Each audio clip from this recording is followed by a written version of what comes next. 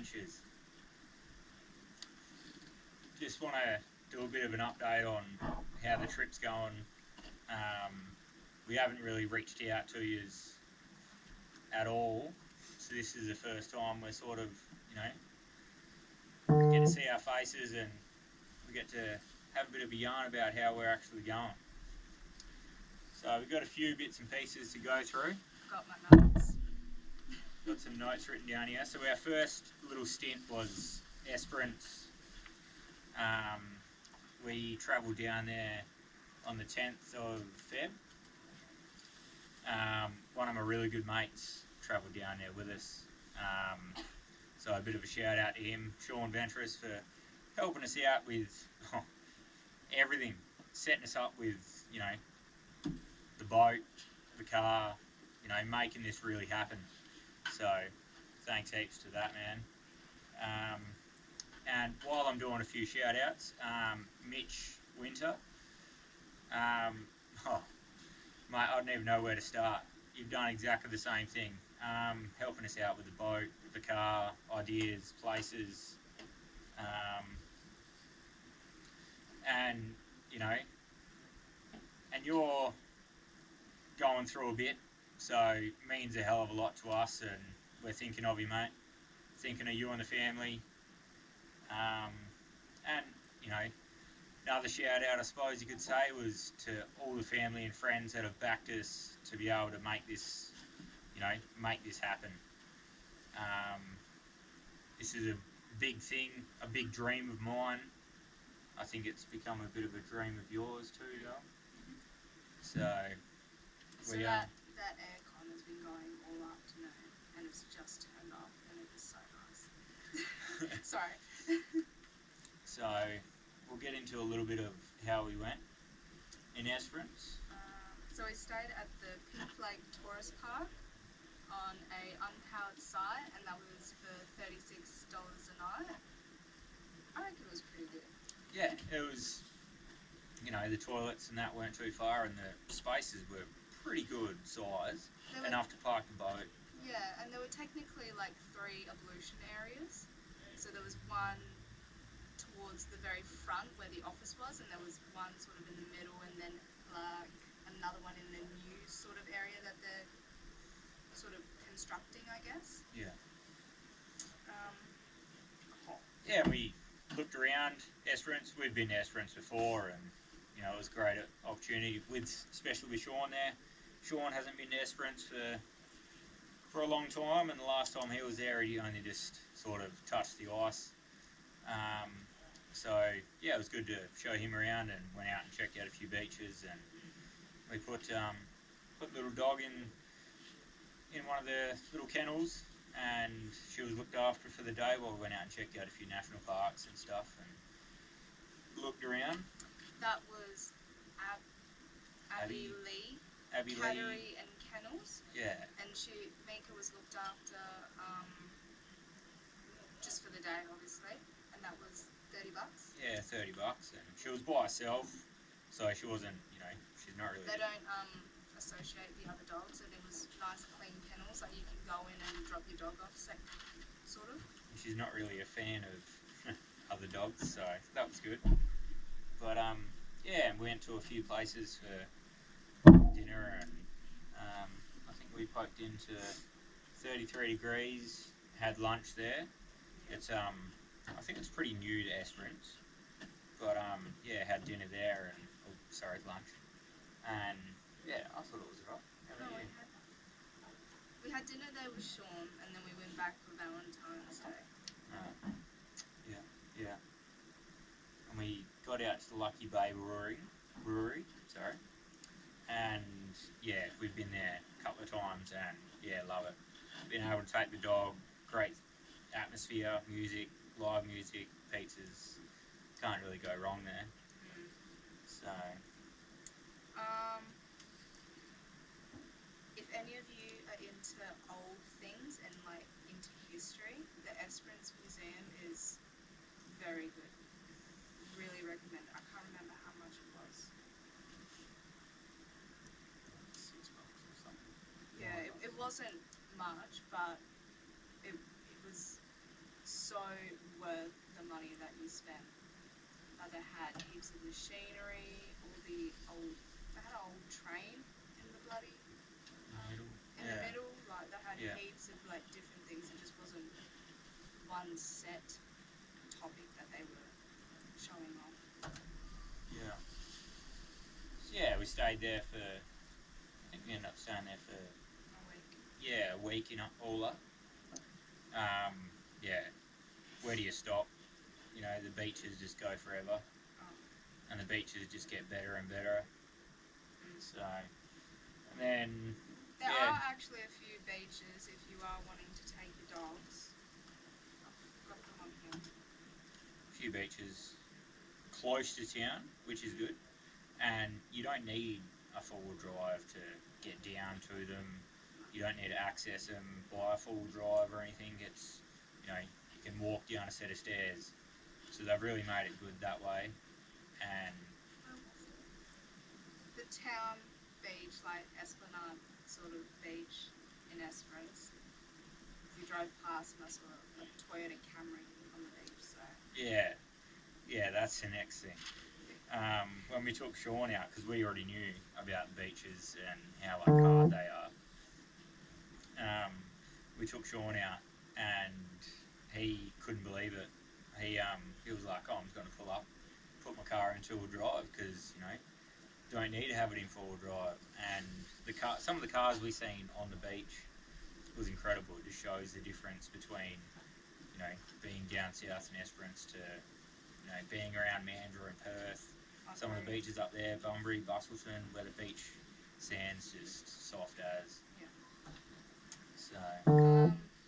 So dog-friendly beaches are Wylie Bay, Bandy Creek, Blue Haven, Salmon Beach, 4th Beach, 10 Mile Lagoon, and 11 Mile Lagoon. And I think all of them are really, really close to town too, which is good. I think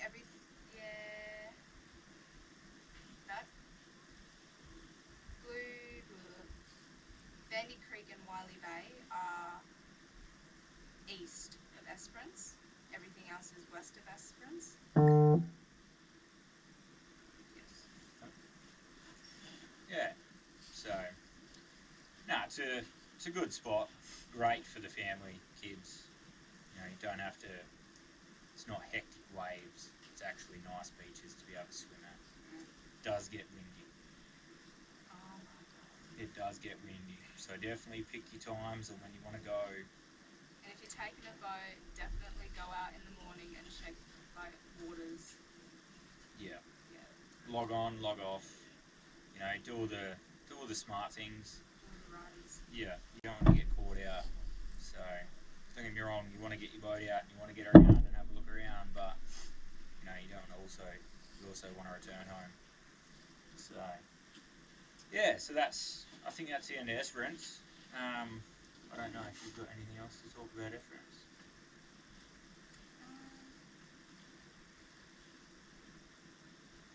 If you're ever stuck and you really don't want to cook, there is Domino's, Red Rooster, and Macca's there. I think the only thing we didn't have was Macca's. Yeah. Because sometimes we were just at the beach, it was so like late, we would get like back to camp at 7 o'clock that night. And we just could not be bothered cooking. So yeah. So I think we ended up leaving there on the Saturday, which would have been around about 17th. 18th we left. So we left on the 18th, which was a Saturday. Yep. And headed obviously up to. We're gonna do a little punch down to Israelite Bay, and because I've heard really good things about Israelite Bay and looked really into it, but a few people I've spoke to said from one of the storms that went through, sort of put a lot of seaweed on the beach and really sort of kicked the bay around a little bit. So we didn't end up making it out there, so that might be a standalone trip next time. But we ended up leaving Saturday morning. I think we got up at 5 and left at 6, and punched our way to, did Norseman, got to Norseman, fueled up there, and then, I'm pretty sure. oh no, we actually didn't fuel up there, we filled up in Esperance, and then we filled up at Mundrabilla. So, yeah, I think on the sad day, we started early and we ended up getting probably just over 900 k's on the clock, I think, because there's not a hell of a lot along that first section to be able to look at. Norseman, yeah, it's not too bad, but there's nothing really that we wanted to really pull in for. So we thought we might as well, wasn't it too bad a day driving, weather-wise and that, so we might as well, you know, nail a few kilometres under the... Wasn't much of a headwind until we come over the border. Yeah. So, I think we just stayed out of... We stayed at... Just out the other side of Mundrabilla, I think. Yeah, we stayed at Header Hill Rest Area. Yeah. More towards the border. What do you think of that? I reckon it wasn't too bad. I honestly really liked it because there was heaps of little spots you could go into and it was all protected like with trees and everything. Yeah. And like the main pulling area was all covered with trees and you couldn't even see if there was a truck and there was like a truck with 3 bloody trailers on it. Couldn't even see it from the road, so it was really good. So that was good. Quiet. And especially because we're taking our little dog with us. Well, I suppose, I don't know if it'd call 20 kilo dog little, but taking her with us, so we're needing somewhere to obviously take her and being dog friendly and that, which is good. And then we got up reasonably early and... So that's where we stuffed up. We woke up at 6 o'clock WA time, and then by the time we got over the border, it was 9:50 where it switched over. Yeah. And we were like, oh. Yeah, and we were like so ready to like keep driving, like get to Smokey Bay. And I'm like, it's literally 7 o'clock. We need somewhere to stay. Yeah. So it didn't really make us. Yeah. So that sort of kicked us a little bit, but It's kicked us today because we're still. It sounds shit, but like. Still trying to get up for our sleep. But, yeah. Even though it's only 2 hours, it. So. Yeah. But yeah, and then we obviously on the way over the border, got over the border and had a look at all the rest stops and bits and pieces to be able to go have a look at the bite. I've been to the bite previously with Nan and Pop and with my uncle Warren, but that's going back 8-9 years, or if not more. So I was a young tacker then. Same. But yeah, so no, it was good to be able to show Jess all the bits and pieces of, you know, places I've been and that, and the bite. You know, you can go there 1,000 times and it'll still, you know, make your day. So no, it's a really good spot. There was one spot. It's called Head of the Bite, so more towards Seduna, obviously, but Head of the Bite. What was it? The lookout. So there's 2 ways you can go. You can go left or right, and I'm pretty Says the sure. boardwalk. Yeah, boardwalk is left, and the lookout is right. We went to both. The boardwalk didn't really do anything. Like we thought it was cool and all that sort of stuff, but didn't really do it. And then I was like, oh, it was a long walk for me. And then Tennyson convinced me to go to the lookout as well, and that was cool because you're like right near the edge, and yeah, that was cool. That's worth seeing. Going it's a good spot. Lookout, yeah. And there's a little kiosk, I suppose you could say, and little, you know, information centre, and you can buy gifts and bits and pieces there, which is good. So, but yeah, and then we just got back in the car and kept kicking on. Got to Nullarbor Roadhouse and pulled up there for a little bit. I'm pretty sure. Sorry. I'm pretty sure. Head of the Bite is after Nullarbor Roadhouse. Yeah, okay. Yeah. Yeah. I'm pretty sure it's after Nullarbor Roadhouse. Nullarbor Roadhouse is a nice site. You got to get the old Yeah, photos in there. get the photo and get the sticker and Yeah. bits and pieces. So yeah, so we called in there for a little bit and wanted to go have a beer at the bar, but the bar wasn't open, which was a bit upsetting. It was kind of funny because he was really trying to get in. But yeah, it's a good spot. You know, yeah, it is out in the middle of nowhere, but if you only do it every now and then, and it's you know, it's on your bucket list, why not? And then yeah, kept on kicking on and kicking kilometres under the belt, and we So, sorry. Yeah. From Esperance to Sejuna, we did 14:05 k's, which is 15 hours. Yeah, right. So we did 1,500 k's in just under 2 days, and we weren't really pushing it either. You know, we did 95 pretty much the whole way. I did 90. Traffic was really good, surprisingly. A lot of stuff going west, going over to WA, than what we were, you know, coming into. I was saying to Tennyson, I said, why the hell have I not seen a toll, DHL, or Ozpost truck come past? I was so shocked. Yeah. And then we got over the border. And it was just oversized. And I'm like, what the hell? Yeah. And then headwind. Yeah. We're back. Yeah. Alright. So the GoPro actually shuts itself off when it gets too hot. Because it is bloody warm. It is. So I think we had 41 today. But yeah, and it's still, what time is it? It's 37 degrees and it's nearly 7:15 at night. So We still probably have 3 hours of daylight. But no, I'd rather it be a bit warm than it be raining. But So it slowly dies off. So Friday is like 31. yeah, but what is it between now and Friday? So tomorrow it's 39. Wednesday is 40. Thursday is 42, and then it drops all the way down to 31 on Friday. But then on Saturday it really drops all the way down to 22 degrees and cloudy. So I'm like, that's great. So all I hear in that is that's fishing weather, and it's time for me to be able to finally use my boat. Yeah. So getting back to where we sort of left you before the GoPro decided to have a nap. Oh, we were saying how hard it was for us to go to sleep last night. Yeah. Because we were like on our phones just chilling and playing with Mika. We realised, oh my god, it's 10 o'clock.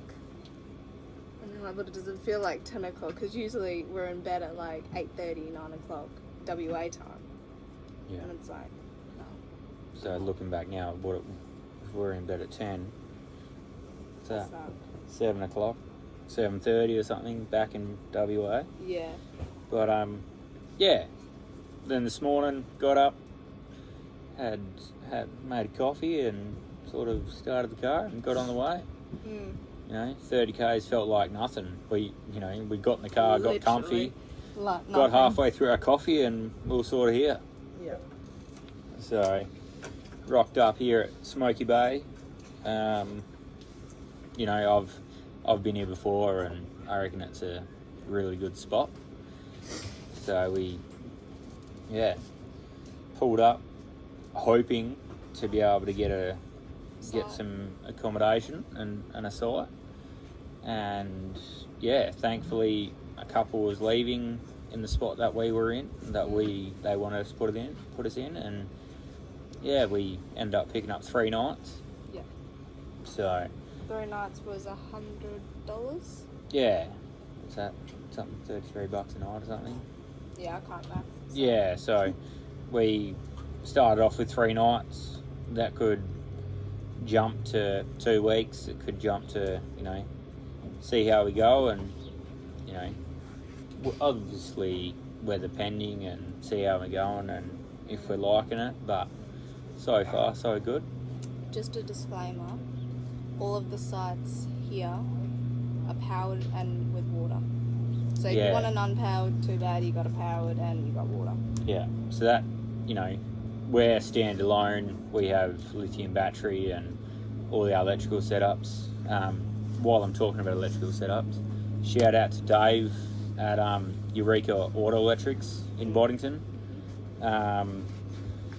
Yeah, I was probably a bit of a pain in the arse to him, you know, asking him this and that, but yeah, he really helped us out with everything to be able to make us be able to go anywhere in a sense. Like we can literally just live off grid at the moment. Off grid at the moment. We're not using power. Water's great.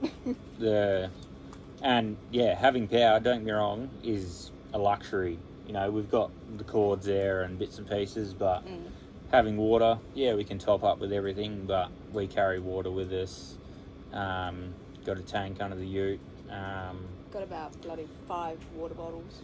Yeah, and anything that we use throughout the day, and charging phones and drones, GoPros and iPads and all that jazz doesn't even touch the battery. So, and 9 times out of 10, by the time it's like 10 o'clock the next day or so, and we've used a bit of the battery, it's full. Yeah. It just says full. Yeah. So the solar and all that sort of setup is great. So I'll do another video with us going through the canopy and the way we've set it up and all that. Changed. Yeah, and a few bits and pieces on how we're travelling. I wouldn't say we've done it on a budget because the budget sort of blew out a little bit, but we're not doing it crazy money spent, if that makes any sense. Like, we haven't spent phenomenal amount of money to make this happen. Like Sean was saying in Esperance, the canopy box that you wanted to get originally was 20. Yeah, 15 or something, and that was empty. And it was empty, like no drawers, no pantry, no fridge slide, no fridge, nothing, no dog box area. Yeah, so it's just looking around and seeing what's out there. Look around and don't be afraid to be able to get quotes from people, and don't be afraid to do things by yourself. You know, like a fair bit of this that me and Sean and me and my brother-in-law, Jason, and Mitch have done, where we've just, you know, gone, you know what, instead of paying someone, we can do this ourselves, and made things happen, and that's where, you know, people get stuck, where they've got the power tools and they've got the bits and pieces and the knowledge, but, you know, they don't have someone to help them. They don't have someone to help them. You know, there's a lot of people around you that'll be surprised to help you, and to be able to do it yourself, it's not costing you anything, and if it does cost you anything, it's just for the parts and for the little bits and pieces to make it happen. And maybe a beer or two. Yeah, it cost me a few beers, but I'd rather spend money on a few beers and drink the beers together, and a few laughs and that, than spend it then give money to someone I don't know, sort of thing. So, but sorry. Yeah, Jess is trying to sort out our little shade here, and it's got blinded. Yep, leave it there. That's good, though. So, getting back to our little trips, we finally got we got a spot for 3 nights in Smokey Bay,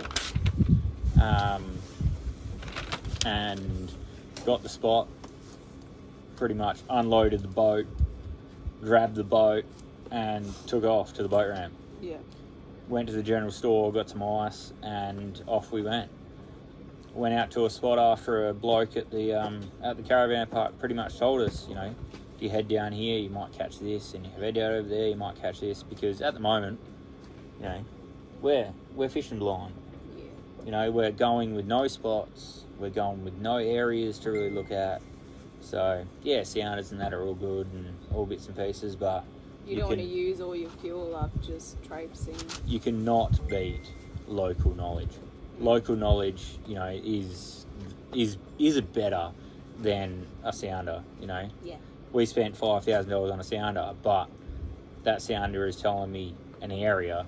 Local knowledge is telling me, you know, use this, use that, go here. this way, you know, and... If you go along there, and you keep going along there. So, it was really good. I only drove probably all up 5-6 Ks. Yeah. I think we ended up with 4 squid. You caught 4 squid? So I caught 4 squid, and then I was like, right, caught 4 squid, cleaned them, took their tentacles and used them for bait. Yeah. And I handed the rod to Jess, and I had a flick. I had a flick. Nothing. I couldn't catch anything. I caught a trumpeter. You know, I was like, this sucks. You know, the bloke was like, yeah, you'll catch whiting out there. King Right, George right. So, whiting. yeah, sweet. No worries. Couldn't catch, you know, caught a trumpeter and pretty much probably caught a cold. But and then you just like... then I was like, left the rod there, and Jess just grabbed it, flicked it out, bang. King George. And you were on the phone to Nan at the time. I was on the phone to Nan.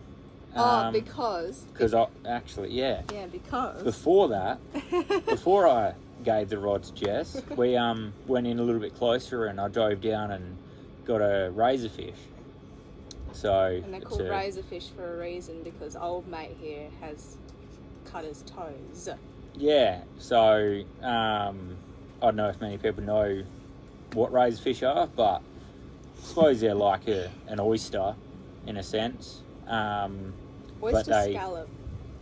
Yeah. However you guys say it. Scallop or scallop. So it's like a triangle with like a round, sharp edge on one end. I'm going to put photos up. So Yeah. It's alright. So they dig themselves into the ground, and you got to dive down and Like wiggle them out of the sand and dig each side and pull them out. So yeah, and pull them out and then just like cut around them and open them up like you would a mussel or like you would a scallop, sort of thing. So yeah, so we got one of them just to try and to see how we went with that. And you can eat them raw, and that is what we did. And yeah, I thought I was not gonna like it because I'm not really a fan of like raw things. Raw salmon is like alright. Yeah. And then I've tried raw tuna, but you know, anyway. But it was really nice. It was like buttery. Yeah.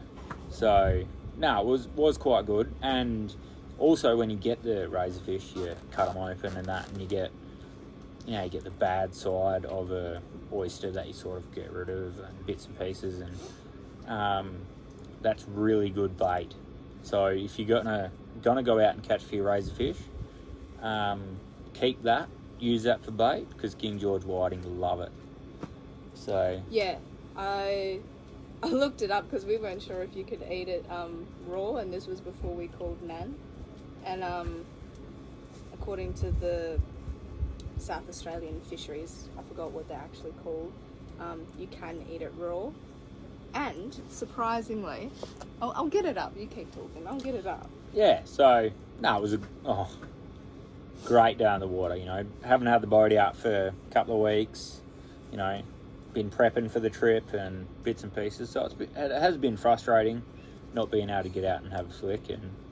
But yeah, finally today got a good day in the weather. That smells so good. I'm so sorry, but that smells really nice. Got a good day in the weather and got out today and ended up with 4 whiting. Sorry, say that again. I caught 2 whiting. Ended up with 4 squid and 2 whiting. They weren't King George whiting.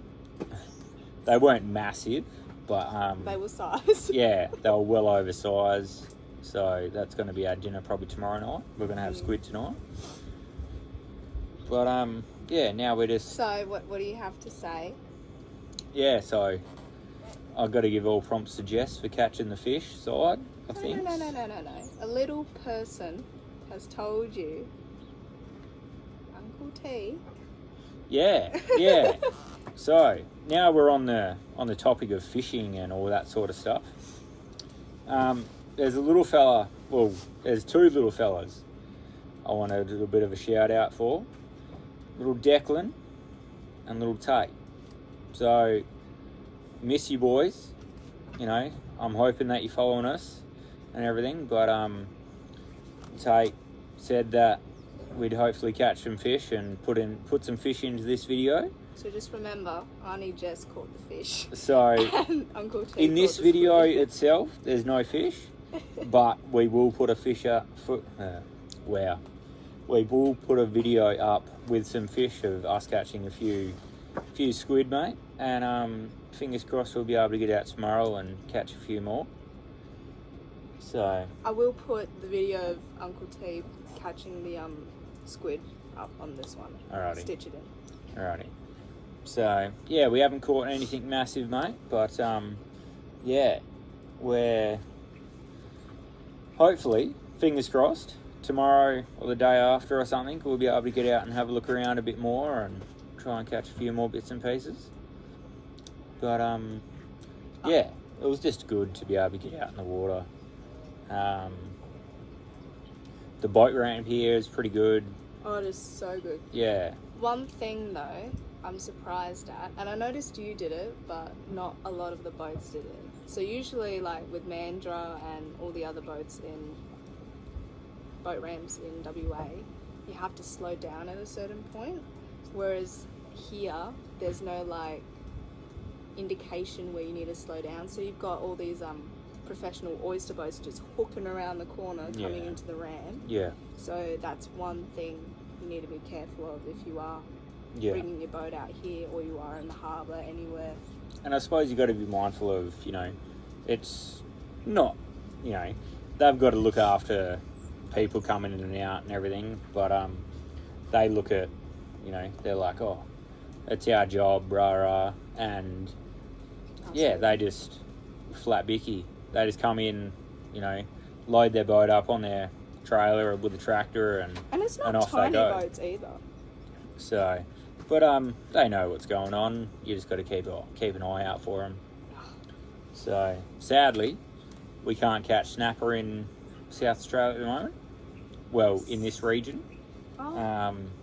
purely because of they've put a decent sized ban on the pink snapper to be able to get their stocks back up. Their stocks have just been depleted so much over the last few years. So unfortunate for us, we can't get out deep and have a good flick. But if we're staying here for a few days, we might try and gear up and go out and do a bit of jigging and see if we can pull a few other species up. But yeah, the bay's great. If it's windy outside, it's not too bad in the bay. And the jetty's great for catching fish. And if you don't have a boat, so get out, have a look around have a look out in the jetty and catch your squid and whiting, skippy, catch the odd snook that floats through there and a few salmon that'll go through there as well. So I downloaded the SA fishing app, so it's sort of like Breck Fishing WA app, and they've got a section here where it says map, and you can actually zoom into the areas where you're looking to fish, and mine's just shitting itself right now. But anyway, and you can click on the little areas and it tells you if there's a ban on in that area or there's restrictions on gear, like what gear you can use. yeah.